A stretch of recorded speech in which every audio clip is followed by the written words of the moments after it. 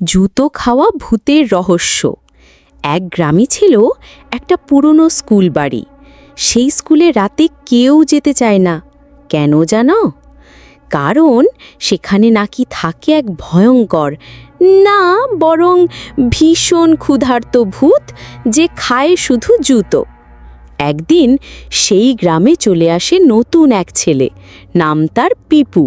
সে খুব দুষ্টু, কিন্তু কৌতূহলী। পিপু: আমি ভূতে বিশ্বাস করি না, আর কেউ যদি আমার নতুন স্পোর্টস জুতো খায়, তাহলে আমি ভূতকেই জুতো খাইয়ে ছাড়ব। রাতে চুপি চুপি পিপু ঢুকে পড়ে স্কুলে। সঙ্গে নেয় তার মোবাইল ক্যামেরা আর তার প্রিয় জোড়া নতুন জুতো। পিপু: আজ সেই ভূতের ভিডিও করব, সবাইকে দেখাবো ভূত বলে কিছু নেই। রাত গভীর, ঝড়ের মতো বাতাস বইছে, ঘড়ি টিকটিক শব্দ করছে। হঠাৎ টাপ টাপ ফু ফু। পিপু চোখ বড় করে, কে ওটা? পেছন থেকে ভেসে আসে গলা, জুতো জুতো, চকচকে জুতো, আমি ক্ষুধার্ত, হিক। দেখা যায় এক গোলগাল ভূত উড়ছে, চোখে মোটা চশমা, পেটে জুতো বাঁধা।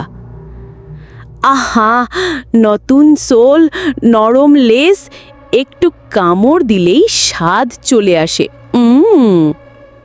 পিপু ভয়ে কাঁপছে, কিন্তু নিজেকে সামলে নেয়।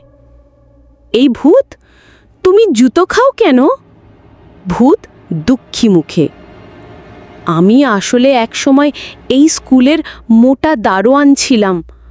ছাত্ররা সবসময় জুতো ঘরে ঢুকত, আমি বলতাম জুতো বাইরে রেখে এসো, কিন্তু কেউ শুনত না। একদিন হঠাৎ এক জাদুকর এসে বলল, তুমি যদি রাগ করো, জুতোই হবে তোমার খাবার। সেই থেকে আমি জুতো খেলেই বাঁচি। পিপু মুচকি হেসে: তোমার জন্য একটা প্ল্যান আছে।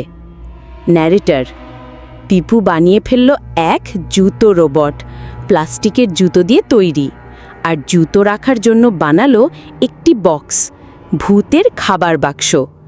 এখন সবাই স্কুলে ঢোকার আগে জুতো খুলে রেখে দেয় সেই বাক্সে। ভূতও খুশি, আর স্কুলও পরিষ্কার। বন্ধুরা, এই গল্প থেকে আমরা কি শিখলাম? স্কুলে জুতো খুলে ঢোকা ভালো। রাগ করে কিছু খারাপ করলে ফল মজার হলেও মুশকিল হয়ে যায়। বুদ্ধি দিয়ে ভয়কেও বন্ধু বানানো যায়। তোমরা কি পিপুর মতো সাহসী? তাহলে কমেন্টে লেখো, আমি ভূতের বন্ধু।